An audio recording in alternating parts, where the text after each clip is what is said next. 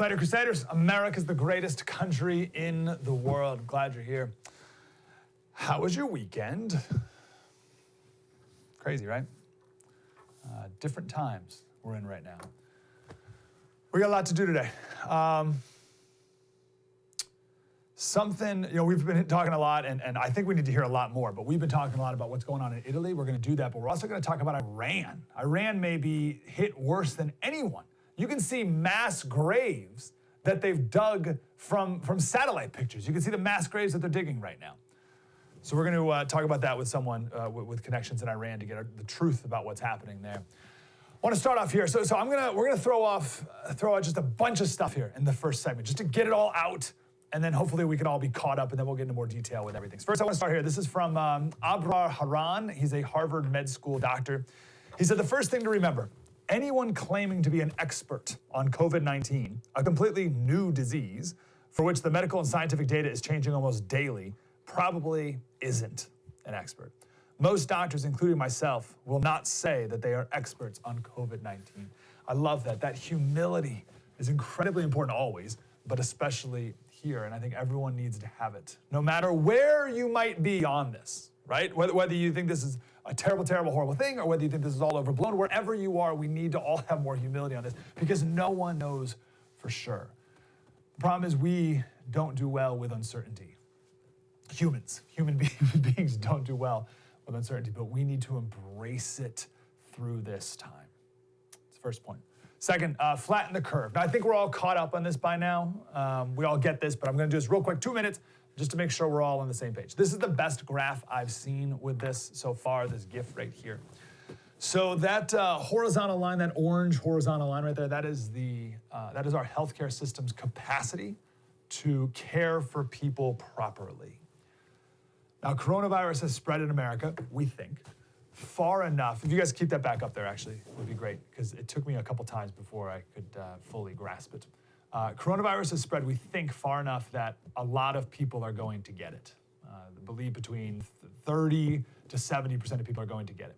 Obviously, when you get it, there's different levels of severity, of course, which we'll talk about in a little bit. But of everyone who gets it, about 10% are going to need to be hospitalized, 5% are going to need ICU, and that ICU treatment could take about 4 weeks. So the goal now, because it's too late, is not to stop people from getting COVID-19. The goal is to make sure that everybody doesn't get it at the same time. Now, without quarantine measures, we're going to have that peak, and that's that purple right there. The purple right here is the peak. Anything above that orange line, that means those are people who have it who are not going to be getting the proper treatment that they need. Are going to be getting less than ideal care in overburdened facilities. That's why Italy, for instance, they're not treating anyone over 80. There's just not enough respirators, right? So they're in the purple there. With quarantine measures and other social distancing things, which are going to get more severe, if you will, in the next few days here and weeks, then people are still going to get it, but it's going to be over a longer period of time. And that's going to keep more people below that orange horizontal line, and then more people will be able to get the proper care that they need, therefore fewer fatalities. Cool, does that make sense? So the goal is to flatten the curve to save lives. Now, we're not going to do it today because we got too much going on, probably tomorrow, maybe the next day. We're going to talk about, notice on that graph, sorry guys, one last time. Can you throw it up one last time? If you notice something missing from this graph, on the Y and X axes, there's no numbers. That's a problem. If you can throw it down. If you ever see a graph with no numbers, it's not a real graph. It's a representation. They're trying to portray an idea.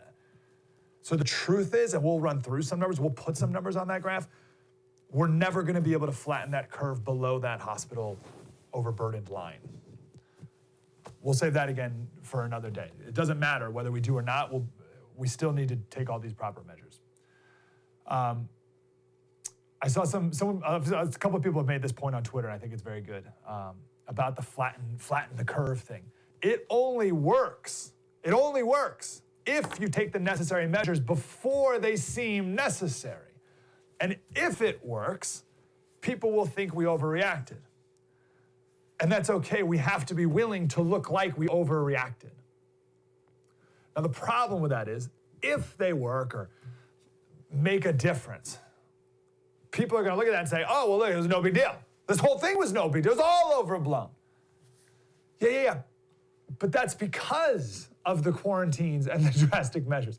The best analogy I can think of was Y2K. Do you remember Y2K? The lead up to all the panic about with the computers, right? The computers were programmed for 1999, and then they were going to flip over to year 2000, and the computers couldn't do it. So all hell was going to break loose when it was the new year, right? Ball drops, power goes out, planes crash, every computer goes offline, right? Do you remember that? And then it happened, and we were all bated breath. Like, 3, 2, 1. Oh, it was all overblown, and we panicked over nothing. Well, the thing is, countless people worked for years leading up to January 1st, 2000 to make sure that nothing happened. And if those computer scientists and engineers and all the rest, if they did not put that work in, then bad things would have happened, right? But because they put that work in, the rest of us can say, that was nothing. What a big nothing sandwich. We feared over nothing. No, good thing there was a healthy amount of fear because that inspired people to work and fix it. Make sense? Okay, about social quarantining. Washington Post made a very nice graphic, guys. If you can throw the first one up here, please. So this is a simulation, again, just a representation of what happens if people are not quarantined. So the red are the people who are infected, the blue are healthy people, and then the purple, as you'll see here in a second, are the people who are recovered. So you can see the big spike of it and how quickly a virus can spread, and then how long it takes before everyone gets healthy there. And then the virus doesn't spread anymore when there's herd immunity, which we'll probably talk about tomorrow because that's the approach that England is taking, a very different approach than we're taking here in America. It's risky, very, very risky. Okay, so that's if people are not quarantining and just people are out and about in Disney World. Oddly, Disneyland closed. Disney World has not yet. Today, I guess they closed, but they were open over a weekend. Okay, so that's if people aren't quarantined. Here's the second video. If we have these social distancing, so you can see just a couple of the sick people, the red dots bouncing around, going to Dave & Buster's, hanging out, going to the store, coughing on people, sneezing, but everyone else is staying pretty isolated, right? See how it's rising, it's going slower. You can see the graph at the top. That's the flattening the curve concept. Eventually, over time, enough people will still get sick, but it's a much slower peak. Cool? Now, there's a major economic cost to this strategy. And it depends a lot on how long this lasts. Fauci has talked about months. The CDC just yesterday announced strong recommendations, and we'll see how forceful the government ever becomes with this, but strong recommendations for any group above 50 to cancel all meetings for the next 8 weeks. So I mean, remember weeks ago, we were a little bit ahead of this. I don't want to say we were like on the leading up, but we were like, oh, this is kind of going to be a thing. And we said 2 weeks, prepare for 2 weeks. Could be a lot longer than that even. So start wrapping your head around that because that's a tough thing to wrap your head around. Quick side point before I forget here. COVID, by the way, we're going to call it COVID from now on. I've been calling it coronavirus. You hear people call it coronavirus, but coronavirus is actually a family of virus. So SARS, MERS, and COVID-19, they're all in this big family called coronavirus. Corona means crown. It's the way the virus is shaped. There's little crowns on the top of it. So that's why it's called coronavirus. But COVID-19 is a very particular type. So I'm going to start calling it COVID now just to be a little more exact and specific. So anyway, there's this idea that, it'll just be like the flu. It'll go away in the summertime. We don't know. No one knows. People say, well, it'll be like the flu. Well, the truth is the flu doesn't go away in the summertime. The flu is not as seasonal as people think. It definitely dips, but it doesn't go away in the summer. MERS is another type of coronavirus. MERS, it's Middle East respiratory syndrome. That exists in the Middle East year-round where it's 120 degrees all the time. And that virus doesn't care that it's hot out. So we don't know if this thing will go away in the summer. If it does, that doesn't guarantee it's gone for good, which is even more frustrating. This is a map of the number of deaths of the Spanish flu, right? We think of the Spanish flu, people say Spanish flu 1918, as if it was just one thing.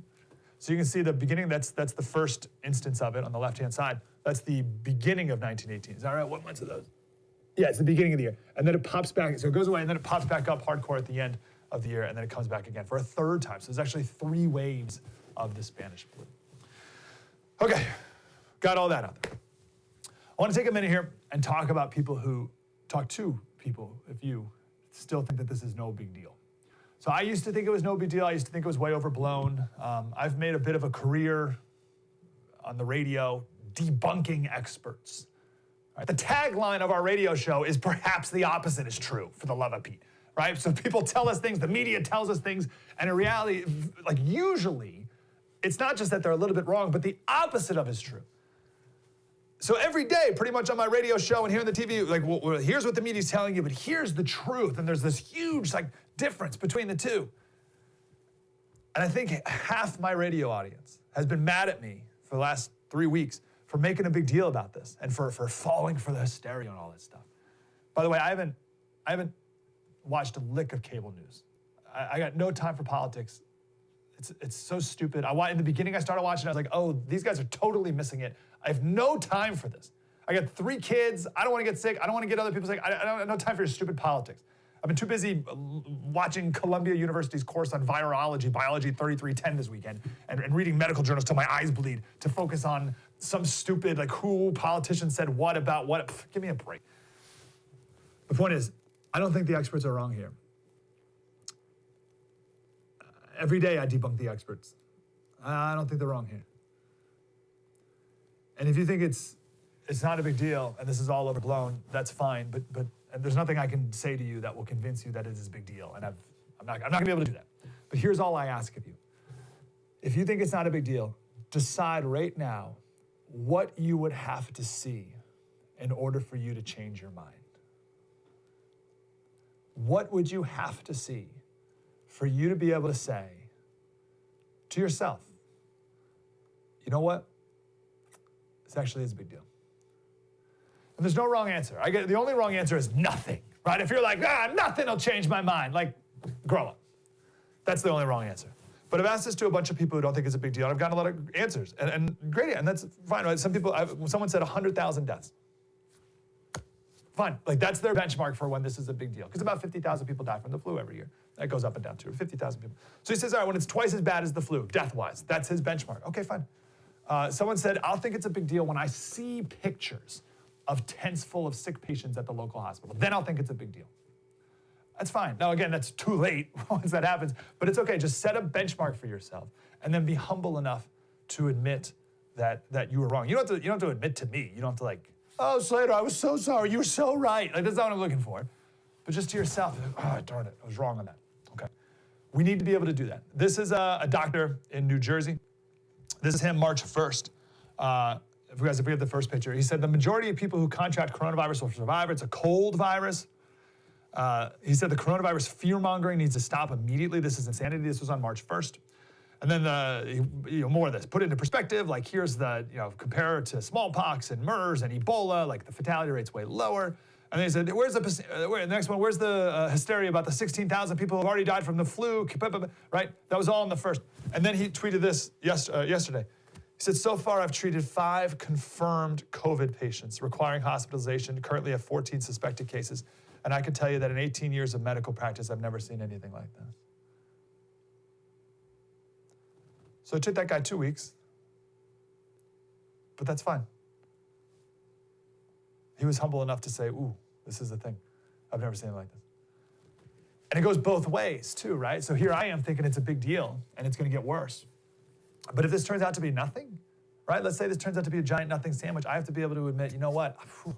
Man, I looked at the evidence best I saw it. I believed these certain people who I trust and admire. I made my own conclusions about it, and I was wrong. I missed it, miscalculated, misjudged that. I'm sorry, I was wrong on that. I'm gonna learn some lessons here, right? So I have to be humble enough to do that too. So this is a fascinating case study on humility. And we desperately, as I said at the top here with that Harvard doctor, we really, really need that. Because this is new and no one really knows anything. We're doing the best we can. And we're trying to consider the trade-offs of every decision that is made. In the meantime, we cannot let this tear us apart, right? We gotta keep our social distance, but we also have to become more unified in the process, which is tricky. But this is from Italy, right? So these are people who have been quarantined in Italy. Italy gets it again. They're about 10 days in front of us, so they're in the midst of it right now. 358 people died yesterday, I believe was the number. 368 people died yesterday in Italy. And it's obviously going up. So here's a bunch of people in Italy quarantined on their balconies, making the most of it.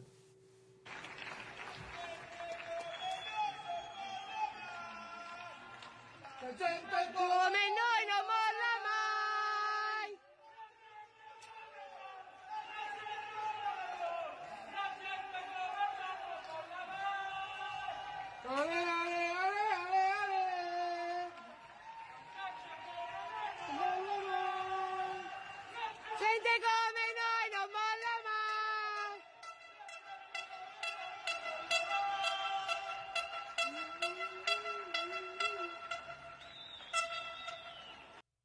Seen a lot of these videos, and I like them all. I watch them all. I watch them many times. I'd be that guy at the end with the air horn, by the way, because I wouldn't be able to contribute to the singing. I'd also be like, oh yeah, and then this moment from Spain. These are people going on their balconies as well. Spain's now on lockdown, and they've organized rounds of applause for healthcare workers and for people on the front lines of this.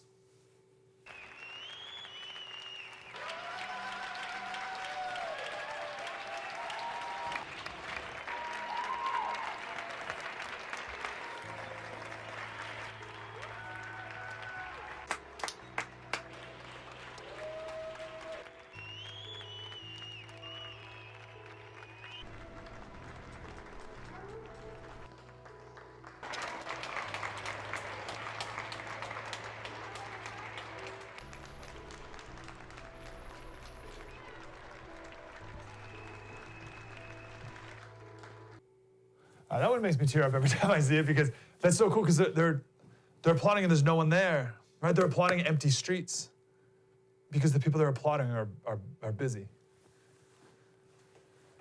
More of that. We need a lot more of that. I got a frontline story that I want to share next. True story, Mike Slater. Spread the word.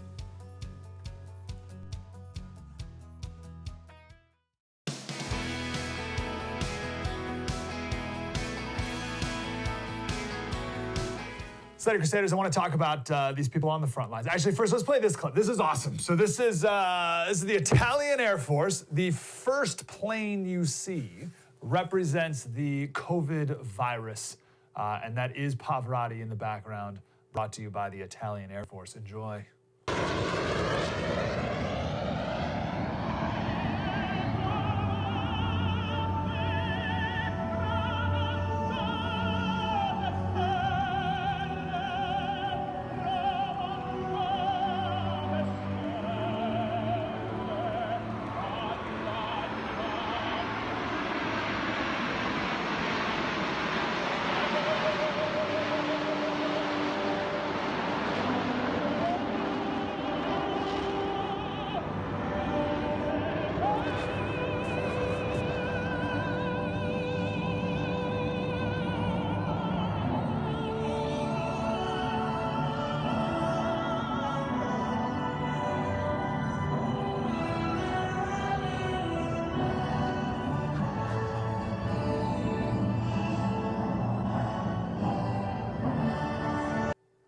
How awesome is that? That makes me so proud to be Italian. I'm not Italian at all. But that's awesome. That's one of the coolest things I've ever seen. Morale boost, I'd say. Me, I'm not even there. These guys on the front lines, these are 2 nurses in Italy working around the clock. You're gonna see way more pictures like this. I mean, look at that nurse, her face is rubbed raw because of the N95 masks that they're wearing, and they're not really taking shifts, they're just working until they drop. Here's another nurse who fell asleep at her desk. They're not taking the masks off because then they become extra contaminated, and there's so few of them, so you just gotta keep it on for as long as you can until you just drop. And again, we need to look to Italy about what's coming here because they're about, we'll talk about this in a minute here, but they are about 10 days in front of us. So if you calculate that out, it means it's gonna hit the fan here like it did there in about 5 days, plus or minus a little bit here. And we don't know, maybe, we don't know what quarantine efforts have maybe changed the math there, but we'll see. I think we have one more picture of nurses just dropping like flies. I want to thank all of our frontline workers, healthcare professionals, people who work at grocery stores, truck drivers, farmers, scientists. And I know I'm missing people. Send me on Twitter, send me professions that are essential during this time. Television hosts, thank you very much. No, I mean people who really are making a difference here, people who are making the world continue to function as people like me quarantine in safety. Slater Radio on Twitter. Let me know professions that are obviously like law enforcement. Check out this tweet here. This is a tweet from Jester D. Jester D said, I'm a garbage man. I can't work from home, and my job is an essential city service that must get done. It's a tough job. From getting up pre-dawn to the physical toll it takes on my body to the monotonous nature of the job, it's hard to keep going sometimes. Right now, though, I'm feeling an extra sense of pride and purpose as I do my work. I see the people of my city peeking out their windows at me. They're scared, we're scared but resilient. Us garbage men are gonna keep collecting the garbage. Doctors and nurses are gonna keep doctoring and nursing. It's gonna be okay, we're gonna make it be okay. I love my city, I love my country, I love my planet Earth. Be good to each other, and we'll get through this. Heart emoji. I didn't even think about garbage, man. Right? As I just literally this morning, I just threw a bunch of garbage in my garbage can. Didn't even think, like, oh, well, are they gonna come pick it up today? Thanks, Jester D. I'm grateful for all of our frontline folks. We gotta be. And that's why my family and I are quarantining. Just that sounds so dramatic. We're just not going anywhere. We're kind of homebodies anyway. Like this, like we're just doing what we normally would want to be doing anyway. But we're doing it so that you can stay healthy. People on the front lines, right? If me staying at home means that there's a higher likelihood that you, Jester, can stay safe and keep being a garbage man, and people can keep being a nurse and keep being a police officer, then of course I'll stay home. Like, oh, life is so tough watching Netflix. Like, I've heard people make this point that our grandfathers fought in World War II, our grandmothers raised children while their husbands were away for years and fought, and our generation is gonna kill them because we couldn't handle a weekend hanging out at home watching Netflix. Now, it's gonna be longer than a weekend probably, but you get the point. But apparently not everyone's quarantining. You've seen pictures by now of bars full of people going to nightclubs, living life as normal. Gavin Newsom, the governor of California, last night, so Sunday night, ordered all bars and wineries closed. Unprecedented move, it's never happened. So people are supposed to be quarantined, but meanwhile, this is an airport in America. Well, guess which one?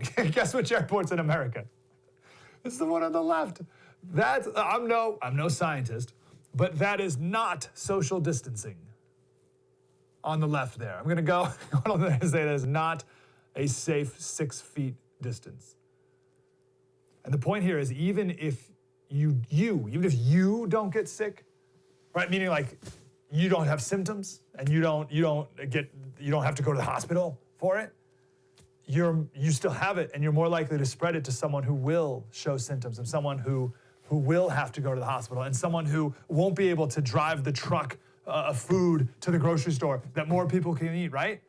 So if you go out and you're spreading it, you're gonna get those people sick, and then you're gonna be worse off either way. So just stay at home. And then you're also, don't want to be dramatic here, but you're more likely to spread it to someone who is in the vulnerable population, and they might die. Here we got the death rates here. These are death rates in Italy. This is from a couple days ago, and this is all fluid, right? But younger people, fine, quote unquote fine. This is death rates. This isn't for people who have to be intubated. Maybe if we have time, we could talk about being intubated. That's not fun, or staying at the hospital for a couple weeks. But anyway, these are just death rates.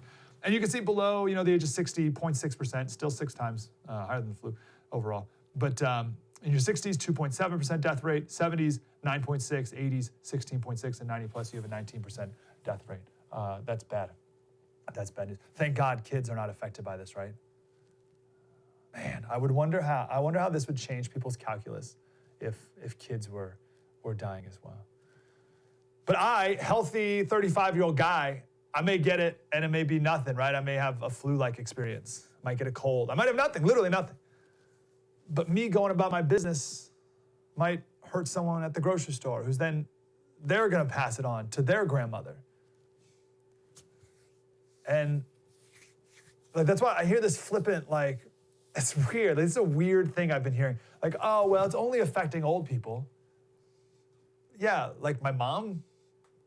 How about you don't go kill my mom? What do you think? What a weird thing. This is very strange. Oh, well, whatever, it's just old. Some people call it selfish. I don't, maybe, but I'm going more just thoughtless. Whatever, either way, it's not good. And it's not just old people, it's people with immune deficiencies, cardiovascular issues, respiratory issues. Check out this graph here. This is the, do we have the Italy graph, guys? Yeah, so This is the number of cases in different countries. That's what's on the left? Yeah. Number of cases in different countries. This is why I keep saying we're 10 days behind Italy, right? And you can see how we're tracking with other countries there, other European countries. But you look at that graph, and after you it shows we're about 10 days behind Italy, right? Italy and Iran are in front of us. And then all the other there's a group of European countries, and then another group of European countries a little bit behind us. But you see the outliers there? See the blue lines on the bottom? You look at that and you're like, well, hold on, what? Hong Kong, Japan, Singapore, what gives? What's up with you guys?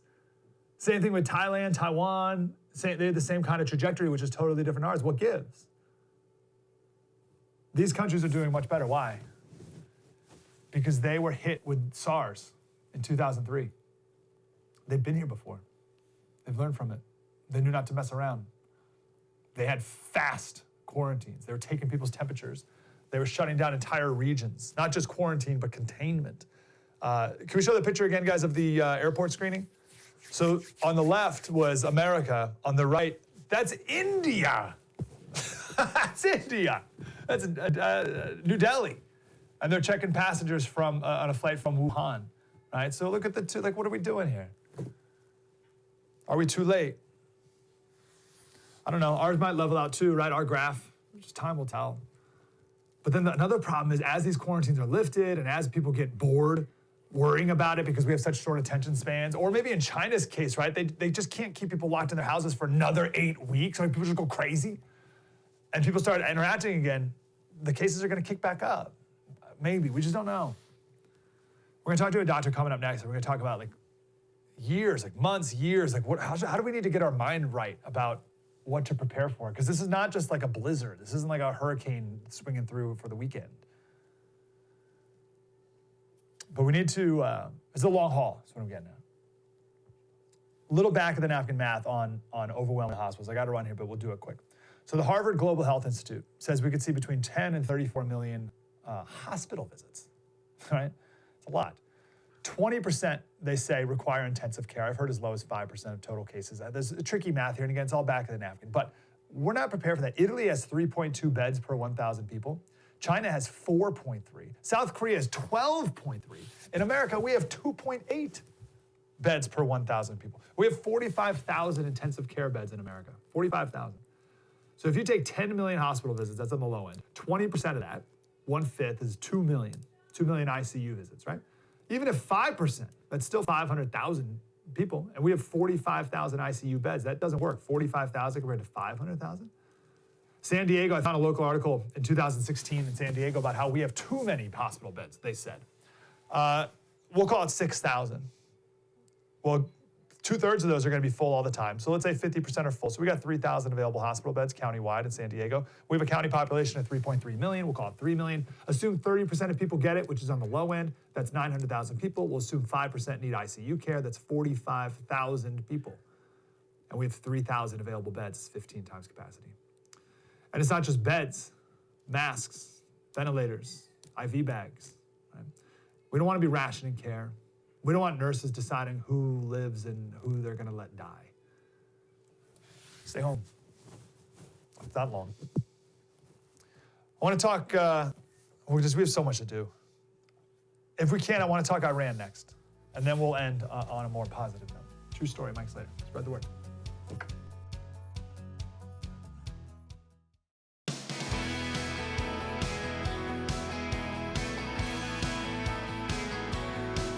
Hey, Slater Crusaders, I want to just take 1 minute here. We should do a full thing on this another day, and we will. It's really important to talk about gratitude. So, not gratitude for coronavirus. That's not quite right. There's too many people suffering, going to suffer. Too many businesses are going to be shut down because of this. I have too many friends who are small business owners. Like one of my buddies in the roofing business, and if the houses aren't going to be built because of supply, like there's like too many disruptions. I'm not grateful for it.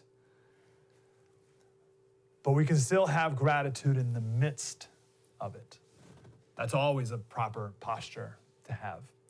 We can be grateful that this virus isn't like something out of a horror movie, right? It's bad, and if you get it and you're certainly older, it's very bad news, right? As we talked about earlier, the fatality rate over 15% above people or over 70. That's very bad. And some people of all ages are going to have a bad time. I'm not making light of it. By the way, we got word that there's 2 emergency room doctors, one in New Jersey who's in his 70s, who's now in, this is America, who's now in critical care. And there's an emergency room doctor in Washington who's in critical care, who's in his 40s. So this isn't just an old person's thing. But I'm not making light of any of that, not dismissing any of that. But this isn't like this, have you seen the movie Contagion? We did this weekend. Probably not the best idea if you're a bit of a worrier, like my wife is. But like that's bad, right? Where you get in a couple hours and your brain gets eaten, or like you get horrible sores all over your body and people turn into zombies. Like this isn't The Walking Dead. Or what was that Sandra Bullock movie on Netflix? Where like you couldn't see, you lock yourself in the house, and if you looked at it or whatever, but you couldn't see it, then you die like right on the spot. Like that's not what this is. This isn't a horror movie.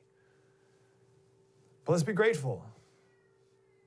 Let's also be grateful that it's 2020 and we know a lot about viruses, more than ever. Most plagues in history, we didn't know anything about germ theory or viruses. We didn't know how things spread at all. So let's be grateful that we're alive now. And I'm also grateful that we live in America with all of our problems, and all our criticisms of the CDC, and many of them valid and all that, right? There's no place I'd rather be, right? Like no one in America is like, quick, like get me on a flight to Guatemala, or what? No one's getting out of here. I'm grateful I'm here.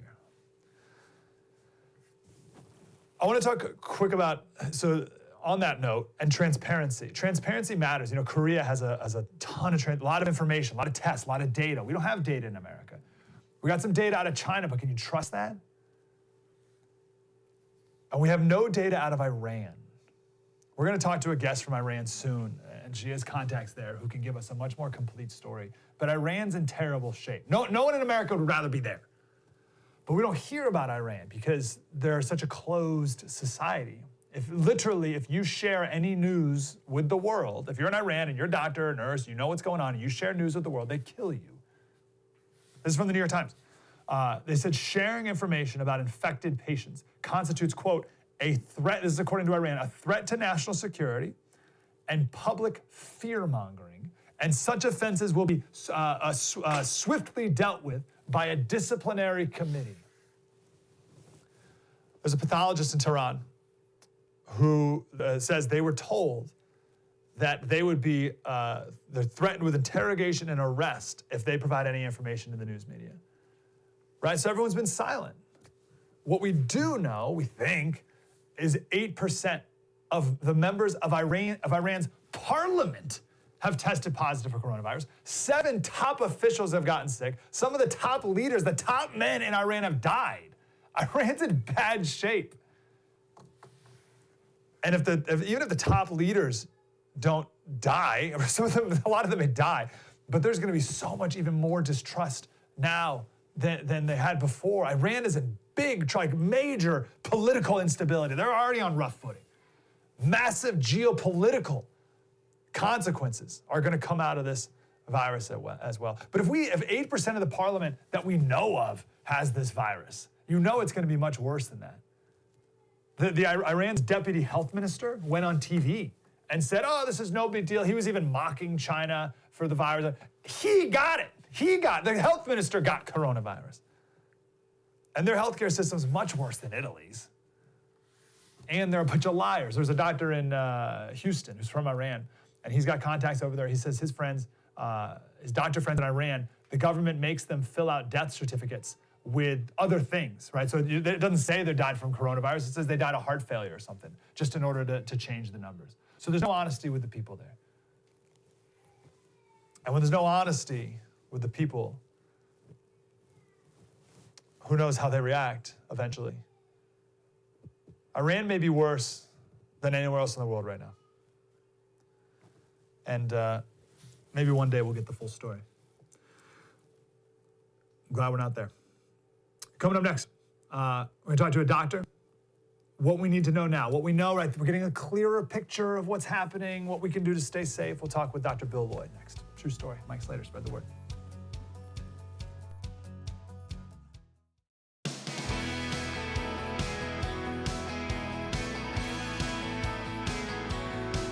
Hey, Slater Crusaders, I want to wrap up today's show with things we need to know, right, from a medical expert, obviously. Dr. Bill Lloyd is a surgeon and a pathologist. Dr. Lloyd, how are you, sir? Wonderful to be here, Mike. Thank you, sir. Where's your head at? Where are you on this? Right now, what I understand is that this is the opportunity to eliminate anxiety. Knowledge is the antidote to anxiety. So if we can have a conversation about COVID-19 and its relevance to other outbreaks in the past, other viral illnesses, I think it should give people great comfort. Our government and our public health officials are doing a great job now. You're going to hear this phrase again and again in flattening the curve. No one's going to cure or wipe out this disease. It's going to take care of itself. But by practicing social distancing for those of us who remain uninfected and quarantining those who have been exposed or actually are ill is going to make this whole situation get better much more quickly. Okay, very good. Let's talk. So we've explained flattening the curve, and I think it's like, I think people get it, right? I think it makes sense whether or not they're acting properly because of it. I still think people intellectually get it. But talk to us about like this idea where 30 to 70% of people are going to get it. Why do we think that? How does that work? Sure. And then maybe we can lead into like a herd immunity, which is what England is kind of banking on. So kind of walk us through that thought process. Okay, so when we talk about viral illnesses or other contagious illnesses, we want to know the reproductive number. You'll see it expressed as R0. That's a number that calculates how efficiently that infection can be transmitted. Right now, we think best evidence is that this number is approximately 2, maybe a little more than 2, meaning one actively infected, symptomatic person with COVID-19 will give the disease to 2 other people. Let's compare that to another disease like measles, where the R0 is 20. One person sick with measles will give the disease to 20 other people. So we're at the other end of the spectrum. And an important part about that is that they're very confident now that this is a disease that's spread through liquid droplet from your nose and from your throat, from coughing and sneezing, as opposed to smallpox and measles, where the virus is just in the room. If you come in the room, you're going to get the disease. Not true for COVID-19. You actually have to come in contact with microscopic droplets. And that's why you want to keep that distance apart. How would something spread if not, I'm sorry to interrupt you, Doctor. How would something spread if not through droplets? Well, the virus itself can be aerosolized, and it could be on your skin, it could be in your breath, and just by simply being in the room with somebody else who had one of these far more contagious diseases would allow the disease to spread far more efficiently. In this case, the actual virus particles have to be suspended in a liquid droplet. And so this explains why the R number for the COVID-19 is very close to what we experienced in the SARS epidemic in 2002, late 2002, early 2003. Both were viruses, both started in China, both involved an organism jumping from animals to humans. And in both cases, they were bats. But the difference in this is, with COVID-19, it's less deadly, but more transmissible. COVID-19, less deadly, easier transmissible. Okay, how does one calculate an R naught? Because there has to be so many variables, right? So let's say I have it and I stay home, then I'm not gonna affect anybody, maybe my wife or whoever, right? But if I have it and I go to church and I'm sneezing all over the place, all over everyone, then I'm gonna infect like 1,000 people. So how does one calculate that? Or is it done more theoretically? It's done with testing. And the best data comes from South Korea because they got on the stick right away. Once they knew about the outbreak, they already created their own testing mechanism, and they were able to look at hundreds of thousands of people and identify who has it and who didn't, how many of them got sick and how many of them died. You know, in high school and grammar school, when you learn your mathematics and fractions, there's a numerator and a denominator. Well, we know plenty of numerators, but we don't have enough denominators. That is to say, we know how many people died, But do we really know how many people actually were infected by the virus? Because a significant percentage of them never have symptoms, but they can pass the disease on to somebody else. So the South Koreans were effective because they were able to create effective, valid denominators. And it's no surprise that they have the lowest case mortality rate, less than 1%. It's about 0.7%, but they have the best data. You compare that to China a month ago, where they were saying they had a 5.8% mortality. But in truth, they really didn't know how many people had the disease. Yeah, so the fatality rate is so tricky because, as you said, we could never really know the denominator, especially for something where the symptoms are so wide-ranging. So what do we do with that, and how are we supposed to react in America when we have, for all essential purposes, no testing done? How do we think about that? Yeah, you have to live in the moment. So you have the knowledge now. You know who is and who is not at risk. That's been beaten to death. I think that's pretty well publicized. So now it comes down to a discussion you have with yourself and your family. Here's how we're going to go forward, probably for the next 2 or 3 weeks. And if you're willing to practice the social distancing and keep yourself out of harm's way, then 2 things. You have every expectation of enjoying a full 2020, right? And you'll reduce the risk of giving the disease to other people, which would obviously cause enormous congestion and demand on our healthcare system. So society benefits both. If everybody practices social distancing, and if you think you're sick or you know you're sick, you just stay home. That one's for sure. That's South Korea's patient 31, who was still out and about and caused a lot more outbreaks because of it. Why, sir? You mentioned SARS, and I don't have the numbers in front of me, but a lot of people died from SARS. Or what was it in 2009? No, swine flu, sorry, H1N1, right? A lot of people died from that, but I don't remember any. I mean, obviously there's nothing like this, like Disneyland closing, I mean, all that stuff. Why not then, why all this now, do you think? Well, very interesting. On the H1N1 vaccine, right, there was far less mortality in the United States and far fewer documented cases. As you know, listening to the White House, the actual testing mechanisms, and it's argued among politicians, but the actual testing system was developed months after the bug had already entered the United States. In the case of SARS, there were about 10,000 cases across the world, and it had about a 1% mortality, Oh, I take that back. There were 100,000 infections, and there was a 10% mortality. So this is a disease that is far less lethal. But you mentioned, and the difference between 2003, look at how we've changed, and the ability of people to travel from country to country far more now than then. Oh, by the way, back then, China was the 6th largest economy in the world, and now it's the 2nd. And with that commerce, again, comes travel, tourism, and business, and with that, COVID-19. Wow, that's interesting. Okay, last question. We got about 30 seconds, and this requires like an entire college lecture, but we hear that the people are like, oh, we just need a vaccine, but we're hearing vaccines take 12 to 18 months at least. What's the most difficult part about these scientists are doing right now, working around the clock and getting a vaccine? Scientifically, what's the most difficult part about this? Manufacturing a vaccine is not difficult at all. What they want to make sure is they precisely identify that segment of the virus's RNA that humans will respond to and create an immune response. They'll definitely have a vaccine for COVID-19, but will it work in 2021? And so they'll be working very hard throughout the winter to anticipate the winter of 2021, to anticipate where the next outbreak might be. Wow, geez, just we have to think of so much more long-term for this. And how amazing, just as we get a little bit of gratitude in the midst of all this, that we even know what RNA is, right? That scientists could even like track it and try to, what is that?